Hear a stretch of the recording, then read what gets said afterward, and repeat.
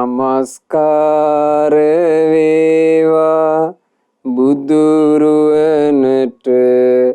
සැමදා බුදු හිමි සරණ යමි. නමස්කාර වේවා ධම්රුවනට සැමදා සදහම් සරණ යමි. නමස්කාර වේවා සංඝරුවනට සැමදා මහා සංඝ සරණ යමි. නමස්කාර වේවා තුනුරුවනට සැමදා තිසරණ සරණ යමි. සාදු සාදු සාදු. අප හැම දිනාගේ කල්යාණ මිත්‍ර ගුරු දේවෝත්තම පරම පූජනීය පින්වත් ලොකු ස්වාමින් වහන්සේ නිදුක්ව නිරෝගව දීර්ඝායුෂ සම්පන්නියම ලබත්වා. සාදු සාදු සාදු. පූජනීය ගරුතර මහා සංඝරත්නයන් අවසරයි. වාසනාවන්ත සදහවත් පින්වතුනි, අපි බොහෝ දෙනෙක්ගේ ජීවිතවල තියෙන අඩුපාඩුවක්, දුර්වලතාවයක්, දෝෂයක් අන් අයගේ ඇදීම පේන එක. අනුන්ගේ ඇදකුදම, අනුන්ගේ අඩුපාඩුවක්ම පේන ගතිය සාමාන්‍ය බොහෝ ජීවිතවල නැන්ද? තමන්ගේ පැත්තට හැරි කල්පනා කළොත් මට එහෙම නැද්ද කියලා අපිට බොහෝ දුරට පෙනේ. අනිත් අය කතා කරන හැටි, එයා එහෙම කතා කරනවට වඩා මෙහෙම කතා කරනම් හොඳයි කියලා කතා කරන විදිහේ දොස්, අඩුපාඩු, ඇද අපිට හරියට පේනවා. ඊළඟට ඇතැම් වූ කටයුතු කරන ආකාරය ගත්තොත් එහෙම ඒ අයගේ අඩුපාඩු, ඇද හරියට පේනවා. ඊළඟට අනිත් අයගේ හිතුම් පැතුම්, ඒ අයගේ ආකල්ප, මම නම් ඔය ගැන මෙහෙමයි කල්පනා කරන්න කියලා අනිත් අය කියනවනේ. ඒ කියද්දි ඒ අය හිතන විදිය ගැන සමහරවිට අපිට ඇදයක්ම. එහෙම හිතෙන ස්වභාවය අපේ මේ ජීවිතවල තියෙනවා. මේක සංසාරෙට බර ජීවිතයක් නේ. සසර ගමනේ දිගින් දිගට යන්න සකස් වුණු ජීවිතයක් නේ. මේකේ පින්වතුනි ගොඩාක් තියෙන දෝෂයක්. අපි කොයි කාගේ ජීවිතවල අනුන්ගේ ඇදීම පේන එක. ඉතින් අද මේ ධර්මය ආන්නේ දෝෂය, ඒ අඩුපාඩුව තිබෙනවා නම් ඒ හදා ගැනීමට බොහෝසේ උපකාරී වන්නේය. අනුන්ගේ ඇදම පේන, දෝෂේම පේන කෙනෙකුට ජීවිත කාලෙම මතක තබා ගත යුතුම ගාථා රත්න දෙකක් අද මේ උතුම් ධර්මයේදී පින්වතුන්ලාට ශ්‍රවණය කරන්න ලැබෙනවා. පින්වතුනි, අපි කොයි කරුත් මේ සොපින්බර අරුණෝදීම අපේ හිතවල පින් හිතුවිල්ලක්, කුසල් හිතුවිල්ලක්, දහම් හිතුවිල්ලක් ඇති කරගනිමු. අනුන්ගේ ඇද කුද හොයන්නේ නැතුව, අනුන්ගේ ඇද බලන්නේ නැතුව තමා දෙසට නැඹුරු වූ ජීවිතයක් උපදව ගන්නවා කියන අදහසින් අපි මේ ධර්මයේ ශ්‍රවණය කරමු. මේ ධර්ම දේශනාව සඳහා දායකත්වයෙන් දරනු ලබන්නේ දෙසැම්බර් මාසයේ 20 වෙනි දිනට තමන්ගේ දෙවන විවාහ සංවත්සරය සැමරු පින්වත් උපාසක උපාසිකාවන් දෙපළක්. ඒ අයගේ දෙවන විවාහ සංවත්සරය නිමිති කරගෙන ධර්ම දානමය පින සිද්ධ කරලා ලෝකයටම සෙත සදලා එහි ආශිර්වාදේ තමන්ගේ ජීවිතයට ලබා ගන්න එකයි මේ පින්වතුන්ලගේ ප්‍රාර්ථනාව. පින්වතුනි, මේ ජීවිතවල අනුන්ගේ අඩුපාඩු, දොස් දැකීම, අනුන්ගේ ඇදේ කුදේම සෙවීම කියන කාරණේ නිසා අපේ ජීවිත අනෙක් අයට අප්‍රියමනාප වෙනවා. ඒ කාලේ සැවැත් නුවර භික්ෂුවක් හිටියා. එහෙම අනිත් භික්ෂුන් වහන්සේලාට අප්‍රසන්නයි. දකින්නවත් කැමති නෑ අනිත් භික්ෂුන්. හේතුව ඒ භික්ෂුව කොයි වෙලෙත් අනිත් භික්ෂුන්ගේ ඇදයක්, කුදයක්, අඩුපාඩුවක්ම තමයි කතා කර කර උන්නේ. ඊළඟට දැක්ක ගමන් කියනවා, ඔය සිවුර පුරවගෙන ඉන්න විදිහ හරිද? කොහොම මෙහෙම පුරව ගන්න? ඔන්න කියනවා. එහෙම පොරවගෙන අර භික්ෂුව හදාගන්න ලැහැත් වෙනකොටත් ඔය කිව්වාට තේරෙන්නේ නැහැ නේ කියලා දොස් පවරනවා. භික්ෂුවක් අතු ගෑවත් වැරදි. භික්ෂුවක් අතු නොගා හිටියත් වැරදි. භික්ෂුවක් කතා බහ කළත් වැරදි. කතා බහ නොකළත් වැරදි. භික්ෂුවක් වාඩි වෙලා හිටියත් වැරදි. හිටගෙන උන්නත් වැරදි. හිමීට අඩිය තියලා ගියත් වැරදි. වේගින් අඩිය තියලා ගියත් වැරදි. මේ භික්ෂුවට ඇදමයි පේන්නේ. අනුන්ගේ ඇදමයි පේන්නේ. අනුන්ගේ දෝෂෙමයි පේන්නේ. ඒ භික්ෂුව ගාවත් හරි හරියට අඩුපාඩු තියෙනවා. ඒව එකක්වත් පේන්නේ. එතකොට අනිත් භික්ෂුන් වහන්සේලාගේ අතරේ මේ භික්ෂුව ගැන අප්‍රසාද ජනක කතා බහක් නිතර නිතර ඇති වුණා. ඔය කතා බහ ධම්සභා මණ්ඩපේ දක්වාම පැමිණියා. ඉතින් ධම්සභා මණ්ඩපේදී බුදුරජාණන් වහන්සේ පැමිණෙන්න මොහොතකට පෙර භික්ෂුන් මේ ගැනම කතා වෙවි ඉඳලා තියෙනවා. භාග්‍යතුන් වහන්සේ වැඩම කරලා ඇහුවා. මහණෙනි තථාගතයන් වහන්සේ වැඩම කරන්න පෙර ඔබ කොයි වගේ කතා බහකින්ද වාසය කළේ? එතකොට මේ භික්ෂුන් කියනවා අනේ ස්වාමීනි අර අසවල් උජ්ජාන සංඤී භික්ෂුව හැමතිස්සෙම අනුන්ගේ දෝෂේ දැක දැක ඒකට අනුන්ට සැරපරුස විදිහට කතා කරන අනුන්ගේ ඇදේකුදේම කතා කරන භික්ෂුව ගැනයි අපි කතා බහ වෙවි හිටියේ. අන්නේ වෙලාවේ බුදුරජාන් වහන්සේ මේ ඇද සෙවීම ගැන ඇද සෙවිය යුත්තේ කාගේද? ඇද සෙවිය යුත්තේ කෙසේද කියන එක ගැන හරි ලස්සන ගාථා දෙකක් බුදුරජාන් වහන්සේ දේශනා කළා. ඒ ගාථා රත්න අන්තර්ගත වෙනවා ධම්මපදයේ මල වර්ගයේ 18 වෙනි ගාථා රත්නය සහ 19 වෙනි ගාථා රත්නය. පින්වතුනි මේ බඳු ශ්‍රී මුඛ බුද්ධ භාෂිත අපට සජ්ජායනා කරන්න ලැබෙනවා කියලා කියන්නේ අපේ වාසනාවක් භාග්‍ය. ඒ නිසා පින්වතුන්ලාටත් තිරේ දර්ශනීය වෙන මේ ගාථා පින්වතුන් මාත් සමගම සජ්ජායනා කරන්න. සුදස්සං වජ්ජමඤ්ඤේසං අත්තනෝ පන දුද්දසං පරේසං හිසෝ වජ්ජානි ඕපුනාති යථා බුසං අත්තනෝ පන චාදේති කලින්ව කිතවා සඨෝ.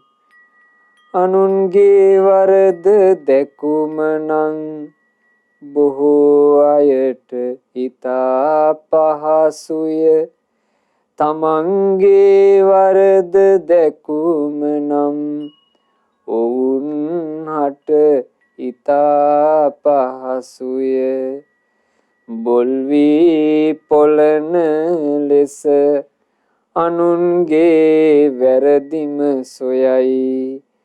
තම වැරදි සඟවා ගනී. කුරුළු වැද්දා සැඟවෙමින් කුරුල්ලන් මරණා ලෙසින්. කුරුදු වැද්දෙක් හැඟවිලා ඉඳලා තමන් හැංගිලා ඉඳලා කුරුළු වැද්දෙක් කුරුල්ලන්ව මරනවා වගේ තමුන්ගේ වැරදි ටික හංගාගෙන අනුන්ගේ ඇදීම අනුන්ගේ වැරද්දම හොයනවා කියනවා. අනුන්ගේ වැරද්දම අල්ලනවා. තමන්ගේ වැරදි හැංගිලා තමුන්ගේ දොස් පේන්නේ. බලන්න යම් කෙනෙක් හුරුනොත් එහෙම අනුන්ගේ වැරදි දකින්න ඒ කෙනාට අහිමි වෙලා යනවා කියනවා. තමන්ගේ වැරදි දැක ගැනීම. අනුන්ගේ වැරදි දැකීම නම් ඊතා ලේසි. සුදස්සං වජ්ජ මඤ්ඤේසං. අනුන්ගේ වැරදි දැකීම ලේසි. අමාරු නෑ. ඒ වුණාට අත්තනෝ පන දුද්දසං. තමුන්නේ වැරදි දැකීම හරිම දුෂ්කරයි. තමන්ගේ මේ දෝෂේ තියෙනවා, මේ අඩුපාඩුව තියෙනවා, මේ දුර්වලතාවය තියෙනවා කියන එක දකින්න දුෂ්කරයි. ඒක තමන් පෞද්ගලිකව දකින්න නැතුව අපි හිතමු තව කෙනෙක් පෙන්නලා දුන්නා කියලා. මේ දෝෂේ මේ අඩුපාඩුව තියෙනවා කියලා. ඒ අඩුපාඩුව පෙන්නලා දෙනකොට ඒක පිළිගන්නත් දුෂ්කරයිනේ. ලේසියෙන් හිත පිළිගන්න කැමති නෑනේ. මංගාව අඩුපාඩු තියෙනවා කියලා. බුදුරජාන් වහන්සේ දේශනා කළා මහණෙනි අඩුපාඩු හදාගන්න නම් කෙනෙක් ළඟ තියෙන්න ඕන කීකරුකම. කීකරුකම නැත්තම් මහණෙනි කෙනෙකුට තමන්ගේ අඩුපාඩු හදාගන්න ලැබෙන්නේ. මොකද කීකරු නැති පුද්ගලයාට අනිත් ගුණවතුන් අඩුව පෙන්වන්නේ නැහැ කියනවා. ඒ හේතුව කීකරු නැති කෙනෙකුට අඩුව පෙන්වන්න ගියොත් එහෙම ඒ පුද්ගලයා අර අඩුව තියෙනවටත් වඩා පවක් පුරව ගන්නවා. කීකරු නැති තැනැත්තාට අඩුවක් පාඩුවක් දුර්වලතාවයක් පෙන්වන්න ගියාම මෙහෙම වෙනවා කියනවා. එයා කේන්ති ගන්නවා. ඔරව ගන්නවා. රවණවා. ගස්සගෙන යනවා. ඉතින් ඊට පස්සේ අර අඩුපාඩුව පෙන්නලා දෙන්න අනුකම්පාවෙන් අවවාදේ කරපු උත්තමයා ගැන ගැටිලා රවලා ඔරවලා ගස්සලා ගියාම එයා අරගෙන යනවා අඩුපාඩුවත් පවකුත්. තමන්ගේ අඩුපාඩුවත් අරයි යනවා. තව පවකුත් අරයි යනවා අර උත්තමයා ගැන අපහැදිලා ඒ උත්තමයාට ඔරවලා ගස්සලා. ඊළඟ එක ඇතැම් වෙලාවට අඩුපාඩු පෙන්නලා දෙන්න ගියාම අර කෙනා කිපෙනවා කියනවා. කීකරු නැති තැනැත්තා කිපි උස්සහඬින් කතා කරන්න ගන්නවා. මේ උන්වහන්සේ කවුද මට මේවා කියන්න එන්න. අන්න එහෙම. දැන් ඇතැම් වෙලාවට දෙමව්පියෙක් දරුවෙකුට අවවාද අනුශාසනා කරනකොට ඇතැම් මේ දරුවෝ ඉන්නේ උඹ කවුද මට කියන්න එන්න කියලා අම්මට කතා කරන්නේ. අම්මට උඹ කියනවා. තාත්තට උඹ කියනවා. එතකොට ඒ දරුවා තමන්ගේ අඩුපාඩුවත් අරන් යනවා. අර අම්මට තාත්තට බැනපු පාපේ ඒකත් කරගහන් යනවා. දෙකක් එකතු වෙනවා. ඊළඟට ඇතමෙකුට අඩුපාඩුව පෙන්වලා දෙන්න ගියාට පස්සේ එයා එනවා කියනවා අඩුපාඩු පෙන්වලා දෙන්න ගියපු ගුණවතාගේ අඩුපාඩුවක් මොකක් හරි පෙන්වන්න. ඔබ වහන්සේ එහෙම කියන්නේ ඔබ වහන්සේත් මෙහෙමනේ. ඔබ වහන්සේත් මෙහෙමනේ. ඔහොම කියනවා කියනවා. සමහරවිට පින්වතුන්ලාට මේ සමාජ ජීවත් වෙනකොට ඔබඳු අත්දැකීම් ඕන තරම් ඇති. ඒ නිසා මේ භාග්‍යතුන් වහන්සේගේ ධර්මයේ මේ කියා දෙන කාරණේ කොතරම් සත්‍යයක්ද කියලා අපි හොඳට නුවණින් හිතන්න ඕන. හිතලා පින්වතුනි මෙහි තියෙන වටිනා අර්ථය අපේ ජීවිතයට කාවද්දා ගන්න අපි උත්සුක වෙන්න ඕන.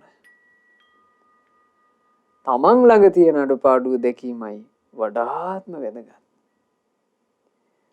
ඊළඟට තමන් ගාව කීකරුකම තබා ගැනීමයි වඩාත් වැදගත්. මොකද තවත් කෙනෙක් අපේ අඩුපාඩුවක් දුර්වලතාවයක් දෝෂයක් අපිට පෙන්වලා දෙන්න එනවා නම් අපි බලන්න ඕන එයා අපිට කියනවා නම් මේ විදියට කතා කරන එක හරිනේ ඒක හදාගන්න. අපි බලන්න ඕන ඇත්තද මේ කියන්නේ. කියද්දි අපිට පේනවා නම් අපි යම් දොස්සහගත කතා බහකින් යුක්තයි කියලා. එයා කියන්නත් වගේ අපි දොස්සහිතයි කියලා. අපිට තියෙන යාටත් පින් දීලා අඩුව හදාගන්න. අනේ ගොඩාක් පින් සිද්ධ වෙනවා. ඔයා මට මේක කිව්වට ඇයි පින්වතුනි හිතන්න අපි ඔන්න පාරක ඇවිදගෙන යනවා ලස්සනට ඇඳගෙන. අපි දන්නේ නේ අපේ ඇඳුමේ කහටක් ජරාවක් අසුචියක් ගෑවිලා. දැන් අපි දන්නේ.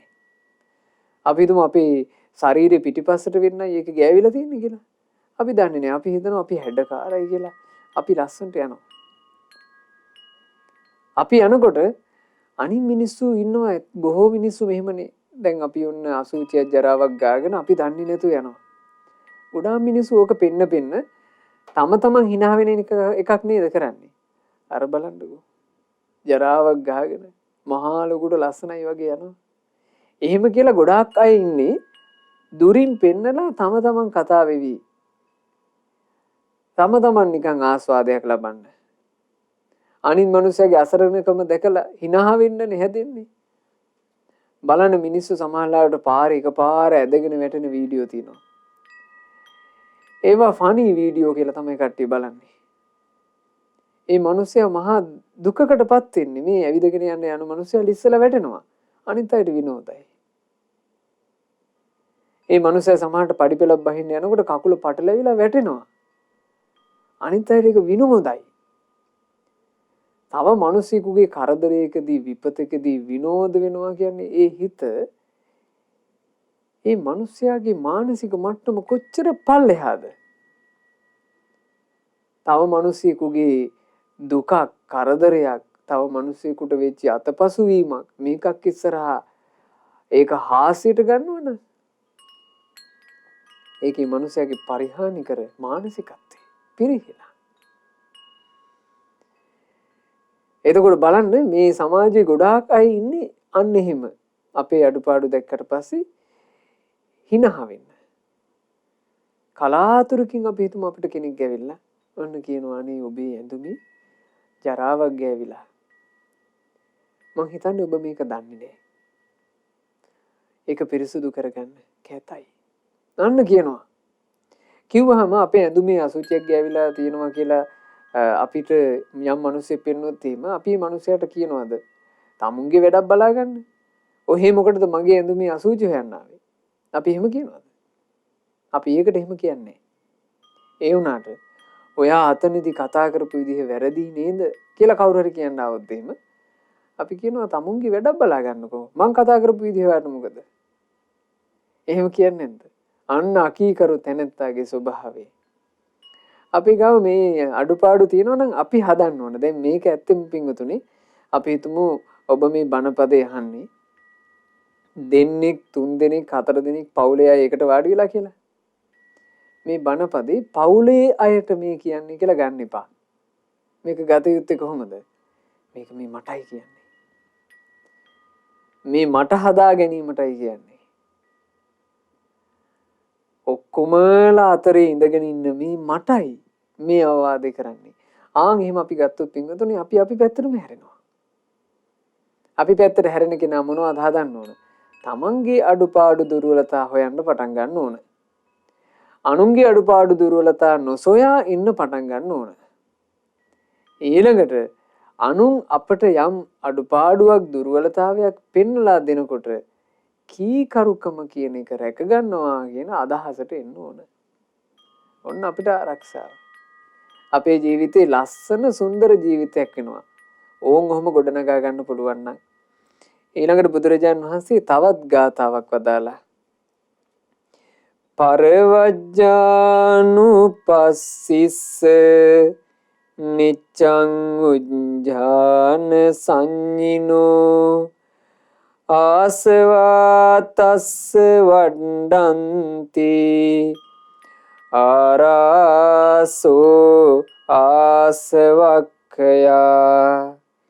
අනුන්ගේ වැරදි දකිනා නිතර දොස් එයට කියනා තැනැත්තන් හට හැම විට කෙලෙසුන් වැඩි යන්නේ නිකෙලෙස් වීම නම් දුරින් දුරු වී යන්නේ. යම් කෙනෙකුගේ ජීවිතේ තියෙන්නේ අනුන්ගේ වැරද්ද දැකිල්ල විතරක් නම් එව්වාට දොස් කියා වාසය කිරීම විතරක් නම් ඒ කෙනාගේ ආශ්‍රව කිව්වේ කෙලෙස් මෙතන. කෙලෙස් විතරමයි කියනවා වැඩෙන්නේ. කෙනෙකුගේ අඩුපාඩු හදාගත්තේ නෑ කියලා හිතමු. හදාගත්තේ නැතුවහම ඔන්න දොස් කී ඉන්න කෙනා එයාගේ හිතේ හදා ගන්නවා. මේ කිව්වට වැඩන්නේ හදාගන්නේ ගැටීම. ඊළඟට අපි හිතමු තව කෙනෙක් අඩුපාඩු දුර්වලතා පෙන්වලා දෙනකොට එයා හදා ගන්නවා කියලා. ඒ හදා ගන්නකොට තර අඩුපාඩුවම පෙන්වලා දිදී ඉන්න පුද්ගලයාට හට ගන්නවා ක්ලේශයක්. මොකද එයා අනුන්ගේවනේ හොයන්නේ. එයාට හට ගන්නවා ක්ලේශයක්. මම තමයි මේගොල්ලන්ව හදාගන්නේ. මං තමයි ඉතින් අඩුපාඩු පෙන්වලා දෙන්නේ. එහෙම කියලා මාන්නය කරගන්නවා. ඔහොම අර තමන්ගේ පැත්තට නැඹුරු වෙන්න අදක්ෂ වුණොත් කෙනෙක් ඒ කෙනාට තමුන්ගේ කෙලෙස් අඳුරා ගන්නට බැරි වී යනවා.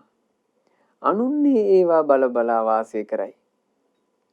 බුදුරජාන් වහන්සේ දේශනා කළා පින්වතුනි මේ ලෝකේ ආකාර 4ක පුද්ගලයෝ දකින්න ලැබෙනවා. එක පුද්ගලයෙක්ගේ දොස් අඩුපාඩු සහිතයි. හැබැයි එයා දකින්නේ නැහැ තමන් ගාව තියෙන දොස් අඩුපාඩු. එහෙම කෙනෙක් ඉන්නවා. තමන් ගාව තියෙන දොස් අඩුපාඩු දුර්වලතා දකින්නේ නැති කෙනෙක්. තව කෙනෙක් ඉන්නවා. එයා ගාව දොස් තියෙනවා, අඩුපාඩු තියෙනවා, දුර්වලකම් තියෙනවා. හැබැයි එයා ඒවා දකිනවා. මං ළඟ මේ දෝෂේ තියෙනවා, මේ අඩුපාඩු තියෙනවා, මේ දුර්වලතාවය තියෙනවා කියලා දකිනවා. යම් මිනිස්සෙක් ඉන්නවාද, යම් මිනිස්සු දෙන්නෙක් ඉන්නවාද දොස් අඩුපාඩු සහිත ඒ දෙන්නාගෙන් තමන් ගාව දොස් අඩුපාඩු තියෙනවා කියලා දකින්න කෙනා නොදකින්න කෙනාට වඩා ශ්‍රේෂ්ඨයි කිව්වා. ඊළඟට බුදුරජාන් වහන්සේ දේශනා කළා තව දෙන්නෙක් ඉන්නවා. දැන් මෙතන පුද්ගලයෝ 4 දෙනෙන්නේ. මුල් පුද්ගලයෝ දෙන්න ගැන තමයි ඔය කිව්වේ. තව දෙන්නෙක් ඉන්නවා. ඒ දෙන්නා මෙන්න මෙහිමයි.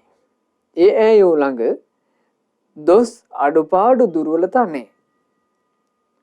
සෑහෙන දුරක් දුර්වලතා අඩුයි. දැන් ඉන්නවනේ උපතින්ම අමූතු දමනයන් සංවරයන් තියෙන අයනේ. අන්න එහෙම දෙන්නෙක් මේ. හැබැයි ওই දෙන්නගෙන් එක්කෙනෙක් තමන් ගාව දෝෂයක් අඩුපාඩුවක් දුර්වලතාවයක් නැහැ කියන එක දන්නේ නැහැ. ඒ ගැන අවධානයක් නැහැ. තමන් ගැන අවධානයෙන් තොරයි. නමුත් තව අනිත් මිනිස්සයා තමන් ගාව දොස් අඩුපාඩු දුර්වලතා නැති බව දකිමින් ඉන්නවා. බුදුරජාණන් වහන්සේ වදාලා ඒ දෙන්නගෙමුත් මහණෙනි තමන් දෙසට නැඹුරු වී ඉන්න කෙනා තමන් ගාව දොස් අඩුපාඩු දුර්වලතා නැත කියලා දකින්න කෙනා ශ්‍රේෂ්ඨයි කිව්වා. එතකොට ඇයි මේ දකින්න කෙනා ශ්‍රේෂ්ඨයි කියලා මේ කරුණ වලදී ධර්මයේ තුල වදාරන්නේ? ඒකට හේතුව හරිම ලස්සන උපමාවකින් තමයි විස්තර කළේ. ඔන්න යම්කිසි මිනිසෙක් තමන්ගේ නිවසට අරගෙන එනවා පරණ පිත්තල බඩුවක්. අර දැලි තැවරිච්චි, මැලියම් තැවරිච්චි පරණ වෙලා ගියපු පිත්තල බඩුවක් ඔය පරණ බඩු කඩේකින් ඔන්න කෙනෙක් ගත්ත කියලා හිතමු. අරගෙන ආව නිවසට. අරගෙන ඇවිල්ලා ගෙදර ඔහි අස්සක ඒ පිත්තල පහන දානවා. ඒ ගෙනාපු පිත්තල බඩුව දානවා ඒ කොහේ හරි අස්සක. දෝවිලි කැතකුණු ඔක්කොම වදින අස්සක දාලා තිනවා. බලන්නේවත් නෑ ඒක දිහා. කාලයක් යනකොට මොකද වෙන්නේ? අර කඩින් අරගෙන ආවාටත් වඩා අර පිත්තල පහන හොද්දටම දුර්වර්ණ වෙලා, හොද්දටම කැත වෙලා, හොද්දටම අවලස්සර වෙලා යනවා. ඒ හේතුව ඒක ගැන කිසිම අවධානයක් යොමු නොකරපු නිසා. නමුත් ඔන්න මිනිස්සෙක් අරගෙන එනවා පරණ බඩු කඩේකින් ටිකක් පරණ වෙච්චි පිත්තල බඩුවක්. මෙයා මේක අරගෙන ඇවිල්ලා මෙයා හොඳ අවධානයකින් මේ පිත්තල භාණ්ඩේ සුද්ධ කරන්න පටන් ගන්නවා. මෙයා මේ පිත්තල බඩුව කලින් කලට බලලා හොඳට පිරිමදිනවා, කැතකුණු සුද්ධ කරනවා. අපි හිතමු අපි පිත්තල බඩු සුද්ධ කරද්දී අපි අර මේ බ්‍රාසෝ වගේ ආලේපන ගන්නවනේ. ඒක ගාලා අපි මේක සුද්ධ කරනවා. එයා එතකොට මේ කැත කුණු අඩුපාඩු දැක මේක සුද්ධ කළා. කාලයක් යනකොට මොකද වෙන්නේ? එයා කඩින් අරගෙන ආවට වඩා බොහොම ලස්සන එකක් එයාට ලැබෙනවා. එයා කලින් කලට ඒක බලබලා සුද්ධ කරනකොට මේක සමහරලාට කාලයක් යද්දී පරණ බඩු කඩේකින් මේ පරණ පිට අරගෙන ආවේ කියලා හිතන්නවත් බෑ. ඒ තරම් ලස්සනයි. අන්න ඔය වගේ ජීවිතය ඇතුලේ දුර්වලතා, අඩුපාඩු, දොස් මේවා තිබේවි. ඒ තියෙන එක දකින්න එකයි වටින්නේ. ඒවා මගේ ළඟ තියෙනවා කියලා යම් කෙනෙක් හොඳට දකිනවනම් ඒ කෙනාට ලැබෙන අවකාශයක් ඒ දේවල් හදන්න. එහෙම අඩුපාඩුවක් දකින්නේව නැති කෙනා කොහොම හදන්නද? එයාට අඩුපාඩුත් එක්කම මෙරළ යන්න සිද්ධ වෙනවා. මේ මනුස්ස ජීවිතය කියලා කියන්නේ පින්වතුනි අඩුපාඩු බල දොස් බල දුර්වලතා බල එකෙන් එක හදන්න පුළුවන් තැන. ඉතින් මේ මනුස්ස ලෝකයේදී පුළුවන් තරම් තමන්ගේ ජීවිතේ සුද්ධ කරගන්න අපි උත්සාහවත් වෙන්න ඕන. බුදුරජාණන් වහන්සේ දේශනා කළා හරියට අනිත් පුද්ගලයෝ දෙන්න ගැන තේරුම් ගන්න කිව්වා මේ වගේ. අලුත් පිත්තල බඩුව කෙනෙක් අරගෙන එනවා බොහොම අලුත් පිත්තල භාණ්ඩයක්. එයා ඒක අරගෙන ඉන්නේ කෙනෙක් අරගෙන එනවා කඩේකින් අලුත් පිත්තල බඩුවක්. මේ පිත්තල භාණ්ඩේ මෙයා හොඳ අවධානයකින් යුක්තව නිතර බල සුද්ධ කරොත් ඒ සුද්ධ කර පිත්තල භාණ්ඩේ තියාගත්තොත් අර අලුත් ගතිය හැමදාටම තියෙන්නේ නැද්ද? හැමදාම තියෙනවා. ඒක පරණ වෙන්නේ. ඒක දිස්නේ ගහනවා සමහරවිට ගෙනාවටත් වඩා ලස්සනට තියෙනවා. නමුත් අපි හිතමු මිනිස්සෙක් අලුත් භාණ්ඩයක් අරන් එනවා. අරන් ඇවිල්ලා කොහේ හරි අස්සක දානවා ඒ බලන්නේ. කල්ගත වෙද්දී මොකද වෙන්නේ? අලුත් පිට තමයි ගෙනාවේ. නමුත් මේක දිහා බලන්නේ නැතුව හිටපු නිසා මේකේ කැතකුණු දැලි තැවරිලා අර මැලියම් බැඳිලා අන්තිමේ මේක පරණ බඩු කඩේකට ගෙනිහින් දාන්න තරම් බොහොම කැත අවලස්සන වෙන්නේ නැද්ද? මේවා ප්‍රායෝගිකයි පින්වතුනි. ප්‍රායෝගිකයි. අපේ ජීවිත හැම එකකම ඔය අත්දැකීම අපිට තියෙනවනේ. අපේ නිවෙස්වල ප්‍රයෝජනෙට ගන්න බඩු. ඔය වගේ පිත්තල බඩු වගේ තියෙනවා නම් ප්‍රයෝජනෙට අරගන්න නිතර මැදලා කරලා තියාගන්න. ඒක හරිය ලස්සනට තියෙනවනේ. අර කැතට තියෙන එක එහිම්ම කැත වෙලා සමහරවිට අපි ඔය මේ යම් අපේ මුදල් අවශ්‍යතාවයකට හෝ කොහෙට හරි දීලා දාන්න උවමනා වුණොත් එහෙම පොඩි ගණන් වලට අර කැත වෙලා තියෙන එක දීලා දානවානේ. ඒ වගේ වෙයි මේ මනුස්ස ජීවිතේට අවධානයක් නැතුව හිටියොත් එහෙම. අවධානයක් නැතුව හිටියොත් ඉතින් අර පරණ බඩු කඩේකට ගිහින් දානවා වගේ මරණින් මත්තේ දුගතියක තමයි යන්න සිද්ධ වෙන්නේ. ඉතින් ඒ නිසා ජීවිතය කියන එක හැඩගස්වා ගනිද්දී මේ අද ඉගෙන ගන්න කාරණේ නම් ගොඩාක් වටිනවා. තමන්ගේ දුර්වලතා දැක්ක යුත්තේය. තමුන්ගේ අඩුපාඩු දැක්ක යුත්තේය. තමුන්ගේ දොස් දැක්ක යුත්තේය. තමන් පැත්තටම හැරී සිටිය යුත්තේ. ඇත්තටම මේක ගැන තේරුම් ගන්න තියෙන්නේ එහෙම. සමහරවිට තමන් ගාව අඩුපාඩු දුර්වලතා ගොඩාක් නැති වෙන්නත් පුළුවන්. ඒ නැති වුණත් තමන්ගේ පැත්තට හැරිලා ඉන්න ඕන.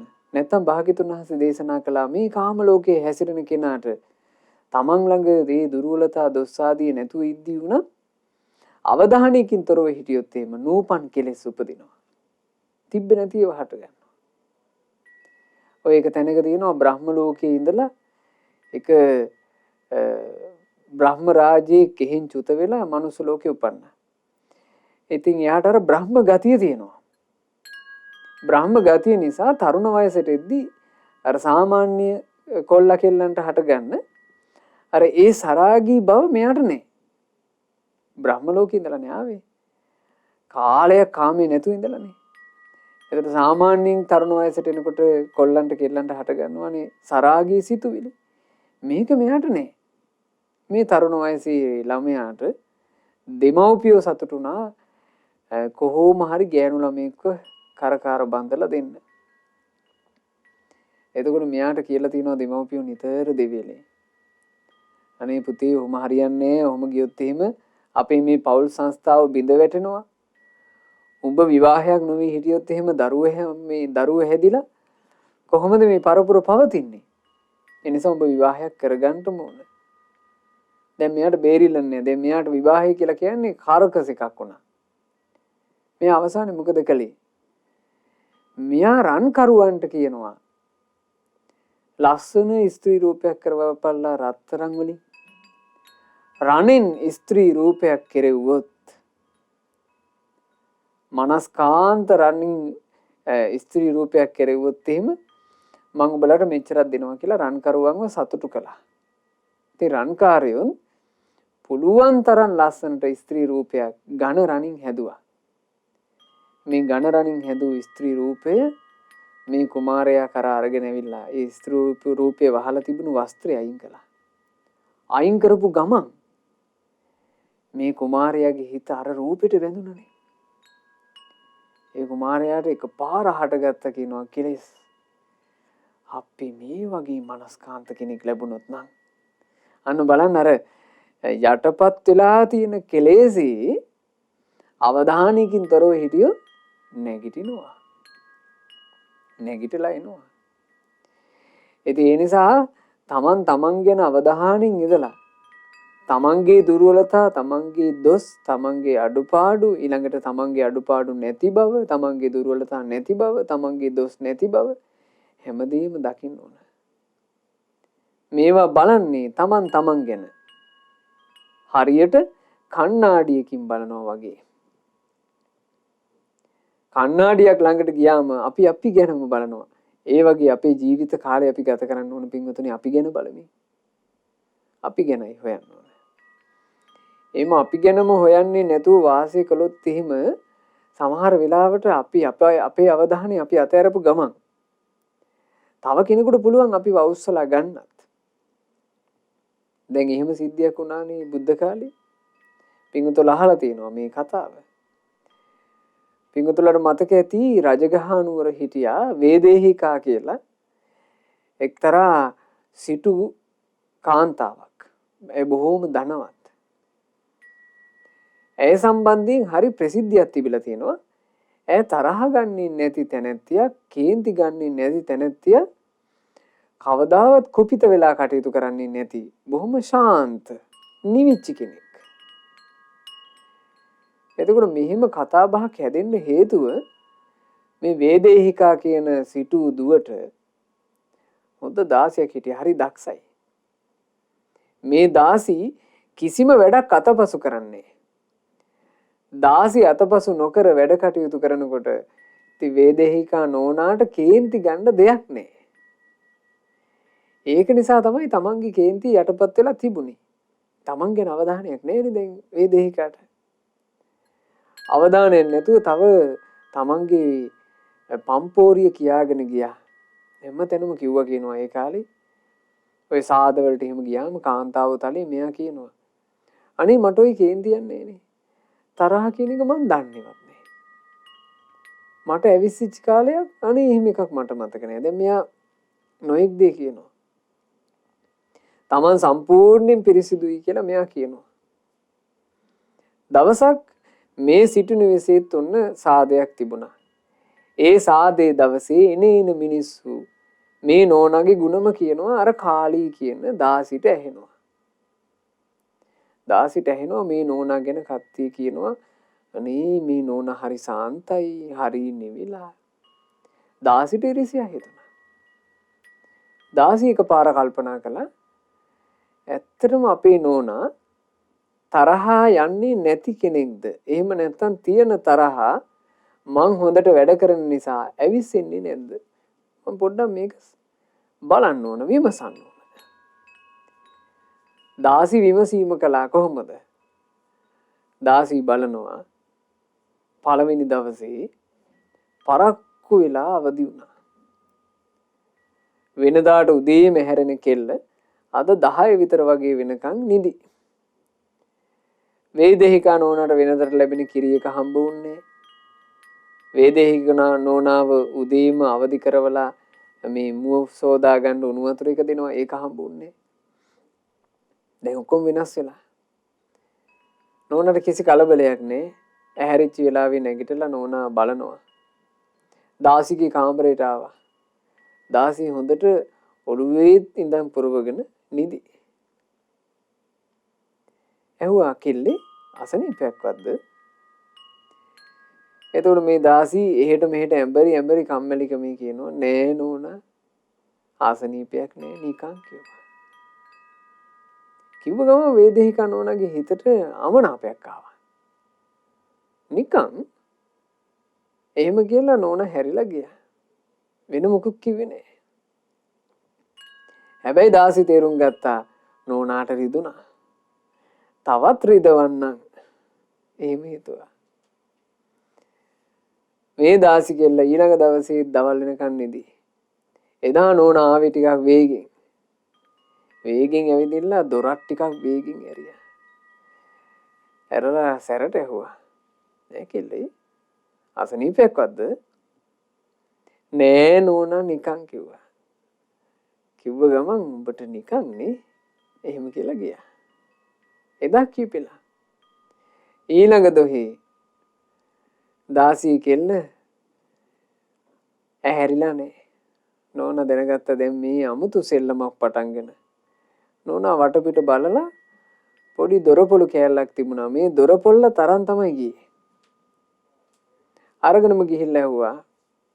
කෙල්ලේ මොකෝ උඹට අසනීපයක්ද?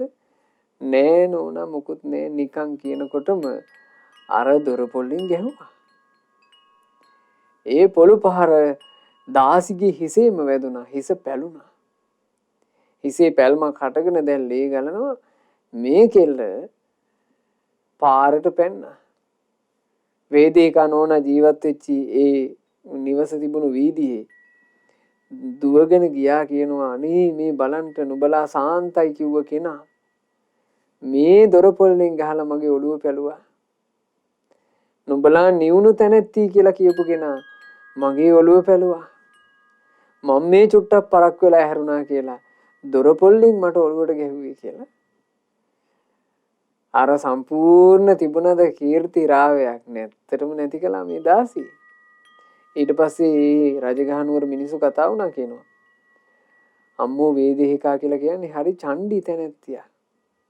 චණ්ඩි වේදේහිකා ගහපතිනි. ඇය හරි චණ්ඩි කෙනෙක්. හරි රළුයි, හරි පරුසයි. මෙහෙම කතා වුණා.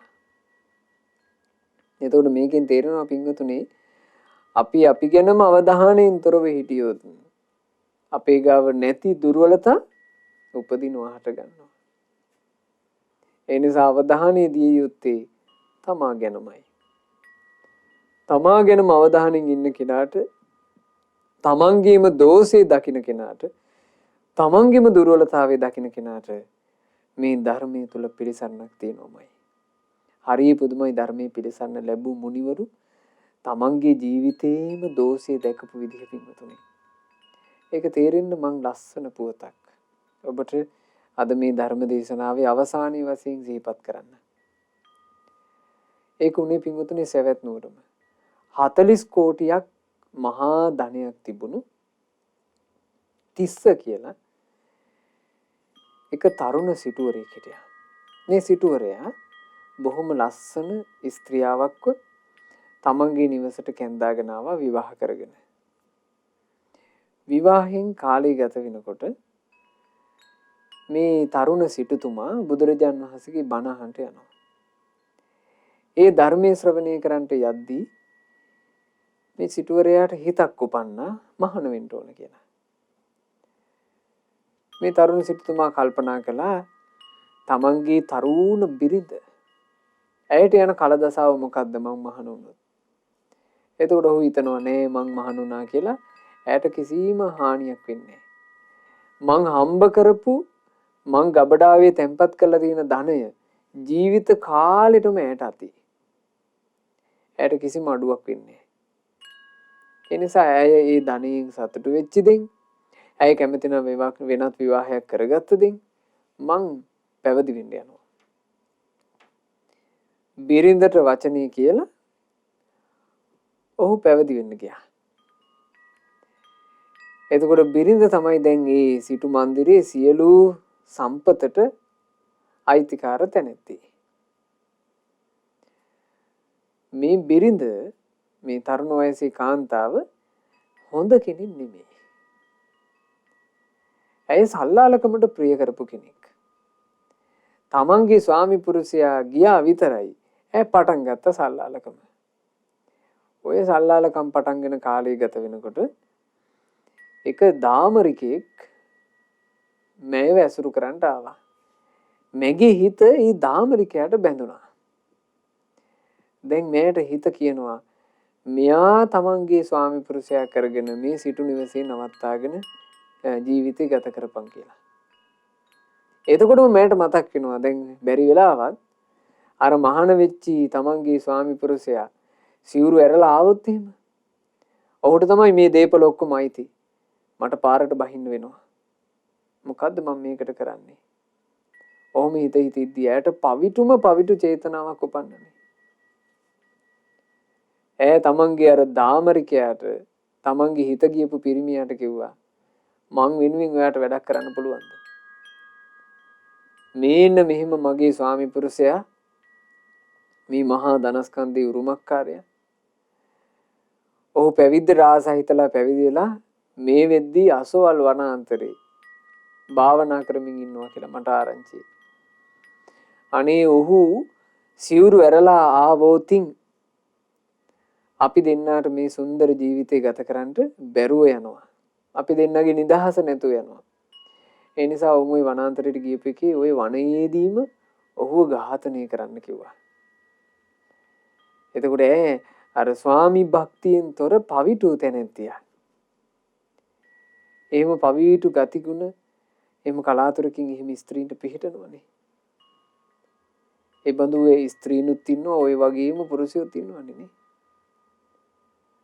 එතකොට මේ ස්ත්‍රියාව අර දාමරිකයාව පොළඹවලා තිස්ස භික්ෂුව ඝාතනය කරන්න යවුවා. මෙරකල්ලියක් යනවා මේ තිස්ස භික්ෂුවව ඝාතනය කරන්න. ගිහිල්ලා කියපු අංග ලක්ෂණ වලට අනුව අඳුනගත්තා. අඳුනාගෙන ඇහුවා සැවැන් නුවරින් මහා සිටු සම්පත්තිය අත්හැරලා මහාන වෙච්චි තිස්ස කියන්නේ ඔහෙද? එතකොට මේ භික්ෂුන් වහන්සේ කිව්වා ඔව්යි මම.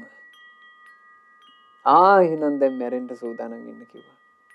එතකොට මේ භික්ෂුව අහනවා ඇයි නුඹලා මාව ඝාතනය කරන්නේ? මම මොකද්ද නුඹලාට කරපු වැරද්ද? එතකොට කියනවා ඔහෙව ඝාතනය කරන්න කියලා ඒ සිටු මන්දිරේ ඉන්න සිටු දේවි තමයි අපිට උපදෙස් දුන්නේ.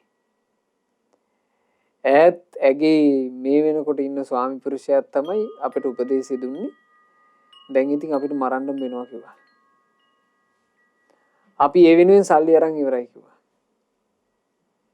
එතකොට මේ තිස්ස භික්ෂුන් වහන්සේ පුදුම දක්ෂයි කල්පනා කරපු විදිය. දැන් මේ තිස්ස භික්ෂුන් වහන්සේට හිතන්න කොච්චර දේ තිබුණාද හිතනවනේ. මං මගේ බිරිඳට කොච්චර ආදරය කළාද? එහෙම ආදරය කරපු කෙනා නේද මට මෙහෙම එරෙහි උනේ. එහෙම හිතන්න තිබුණා. බාහිරයට ඒක දැම්මේ නෑ. මම මේ කතා පුවත ඔබට කියන්න කල්පනා කළේ ඒ නිසා. බාහිරයට මේවා දාන්නේ නැති එක. බාහිරයට දැම්මේ නෑ. බිරිඳගේ දෝෂේ නේද මේ කියලා. ඒක බැහැරට දැම්මේ නෑ. සමහරවිට මේ කතා පුවත අහගෙන ඉන්නකොට අපිටත් හිතෙනවා බිරිඳගේ දෝෂේ කියලා. ඒ තෙරුන් වහන්සේ එහෙම හිතුවේ නෑ. ඊළඟට ඒ තෙරුන් වහන්සේ කල්පනා කරේ නෑ ඒ බිරිඳ ගැන ගැටීමක් ඇති වෙන විදිහට. මං එයාට කොච්චර නිදහසක් දුන්නාද? ඇයි මෙහෙම කරන්නේ? එහෙම හිතුවේ නෑ. ඒ තෙරුන් වහන්සේ කල්පනා කළා උඹමයි වැරදි. උඹමයි වැරදි. මේ කාල කන්නේ සසරේ යන උඹමයි වැරදි. ඒ නිසා උඹේමයි දෝෂේ තියෙන්නේ. උඹමයි දෝෂේ හදාගන්න තියෙන්නේ. Tamanටම වරද්ද පටව ගත්තා. Tamanටම වැරද්ද පටවා ගත්තාට පස්සේ තියෙනවා විකල්පයක්. Tamanව හදා ගැනීම. අපි හිතමු අපි බාහිරයට වැරද්ද පැටවුවා කියලා. අපිට විකල්ප නැහැ. අපිට තියෙන විකල්පය තමයි ඒ බාහිර කෙනා දිහා බල පුපුර ඉඳීම. එච්චරයි අපිට ඉතුරු වෙන්නේ. තමන්ගේ පැත්තටම අඩුපාඩු දාගත්තා නම් විකල්පයක් තියෙනවා හදන්න පුළුවන්. චුට්ටක් හරි හදන්න පුළුවන්. මේ තිස්ස තෙරුන් වහන්සේට එහෙම හිතුණා. මම තව පැය මේ 24කට තව දවසකට මං ඉල්ල ගන්න ඕන මගේ ජීවිතේ. මං ඒ චුට්ටේ මට පුළුවන් ටිකක් හදනවා. අර ආපු දාමරිකයන්ට කියනවා මෙහෙමයි. නුඹලා කොන්ත්‍රාත්තුව බාරගත්ත නිසා නුඹලාගේ කටයුත්ත කළ යුතුයි. ඒ වුණාට මට පොඩි ඉල්ලීමක් තියෙනවා. නුඹලාට පුළුවන්ද මට එකම එක දවසක් එක අරුණක් නැගෙනකන් කාලේ මගේ ජීවිතේ දෙන්න මට පුළුවන්ද කියලා ඇහුවා. එතකොට ඒ හොරු කියනවා බෑ. නුඹ මේ වනාන්තරේ බොහෝ කාලයක් හිටපු කෙනා. රෑබෝ වුණාට පස්සේ නුඹ අපේ ඇස් වහලා පැනලා යාවි. ඒ නිසා බෑ කිව්වා. දැන් මැරෙන්න ලැහැති වෙන්න ඕන කිව්වා. එතකොට මේ භික්ෂුව කියනවා මම පැනලා යන්නේ. මම පැනලා යන්නේ නෑ කියලා පොරොන්දු වෙනවා. අර දාමරිකයෝ ටික කිව්වා මොකද්ද සාක්කිය? නුඹට මොකද්ද අපිට දෙන්න පුළුවන් සාක්කිය මම පැනලා යන්නේ නෑ කියලා. එතකොට තිස්ස භික්ෂුව වටපිට බැලුවා. වටපිට බලද්දී සාමාන්‍ය ප්‍රමාණයේ විශාල බර කළු ගලක් තියෙනවා. මේ තිස්ස භික්ෂුව ඒ කළු ගල අරගෙන ආවා. ගහමුල වාඩි වුණා. පින්වතුනි හිතා ගන්න බෑ මේ දේ. අපි සාමාන්‍යයෙන් කතාව විදිහට මෙහෙම කිව්වට මේක කොහොමද කළේ කියන එක හිතා ගන්න බැරි තරම් විස්මයජනකයි. ඒ උත්තමයන් වහන්සේ අර මහා බර කළු ගල ඔසවලා තමන් වහන්සේගේ ධනිස් පොල් කඩ දෙක උඩට අතහැරගත්තානේ. චරස් ගාලා බිඳුනා ධනිස් පොල් කඩ. අර දාමරිකයන්ගේ ඇඟේ ලොමු ඩහගෙන වුණා. අහනවා තිස්ස තෙරුන් වහන්සේ නුඹලාට සාක්කිය ඇතිද? මං පැන යන්නේ නෑ කියලා කියන්න සාක්කිය ඇතිද? එතකොට මේ දාමරිකෝ කියනවා ඇති, හොඳටම ඇති. නුඹට හෙට අරුණෝදය ලැබෙනකන් කාලේ ලැබෙනවා. නුඹේ ජීවිතේ අපි ඒ වෙනකල් තොර කරන්නේ. ඒ තිස්ස තෙරුන් වහන්සේ ඔක්කොම අමතක කළා. ඔක්කොම අමතක කළා බාහිර ලෝකේ. උන්වහන්සේ ශාස්ත්‍රුන් වහන්සේගේ වචනෙම සිහි කළා. බුදුරජාන් වහන්සේ මේ දුක්ඛිත සසර ගැන වදාළේ මහණෙනි මේ සංසාරය කියන්නේ දුකක්මයි. මේ සංසාරය කියලා කියන්නේ දුකක්මයි. මේ සංසාරේ අපිට යම් තාක් දේ ලැබෙනවාද? මේ ලැබෙන දේවල් ඔක්කොම අනිත්‍යයි. බුදුරජාන් වහන්සේ වදාළනේ මහණෙනි මේ සසර කියලා කියන්නේ මහා දුක්ඛිත ගමන. ඒ නිසා මේ පේන්න තියෙන සංස්කාර ගැන නම් ඇලෙන්න එපා. ඇලෙන්න මෙපා. මේ පේන්න තියෙන හැම දෙයක්ම අනිත්‍ය වෙලා යනවා, වෙනස් වෙලා යනවා. ඒ නිසා වටින්නේම මේ හැම සංස්කාරයකින්ම නිදහස් වීමයි, නොඇලීමයි, සසරින් නිදහස් වීමයි වටින්නේ කියලායි භාග්‍යතුන් වහන්සේ වදාළේ. මේක සිහි කළා. මේක සිහි කරමින් වාසය කරනකොට ඒ තිස්ස තෙරුන් වහන්සේ ධනිස් පොල් කටු දෙක බිඳී තියෙද්දි ඥානෙ මුහු කරා යනවා. සෝවාන් වුණා, සකදාගාමි වුණා, අනාගාමි වුණා. අවසානයේ අරුණෝදේ නැගින්නට පෙර සියලු කෙලෙස් නසා රහතන් වහන්සේ බවට පත් වුණා. අරුණ නැගිච්ච ගමන් අර හොරු පැමිණියා. ඒ හොරු පැමිණිලා මේ තිස්ස තෙරුන් වහන්සේට කියනවා දැන් ඔබට ලබා දීපු කාලය අවසන්. එතකොට උන්වහන්සේ ඒ සොරුන්ට කියනවා දැන් ඔබලාට කැමති දෙයක් කරන්න. මරණය ගැන මට බයක් ඇත්තේ නෑ. මරණය ගැන මට ආසාවක් ඇත්තේ නෑ. ඉතින් ඒ හොරු ඒ ධාමරිකයෝ ටික ඒ තිස්ස කියන අරහත් උත්තමයන් වහන්සේව ඝාතනය කරලා මහා බරපතල පාප කර්මයක් කරගත්ත. හැබැයි උන්වහන්සේ සසරින් නිදහස් වුණා. මේ පටලැවි යන සසරින් නිදහස් වුණේ උන්වහන්සේ මොන දක්ෂතාවය නිසාද?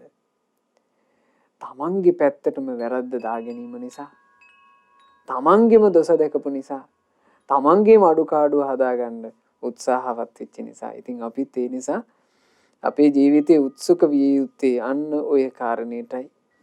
අපේ ගාව තියෙනවා නම් දුර්වලතාවයක්, අනුන්ගේම ඇදේ පේන, අනුන්ගේ ඇදයක්ම දකින ආන්ගේ දුර්වලතාවේ මකා ගන්න ඕන.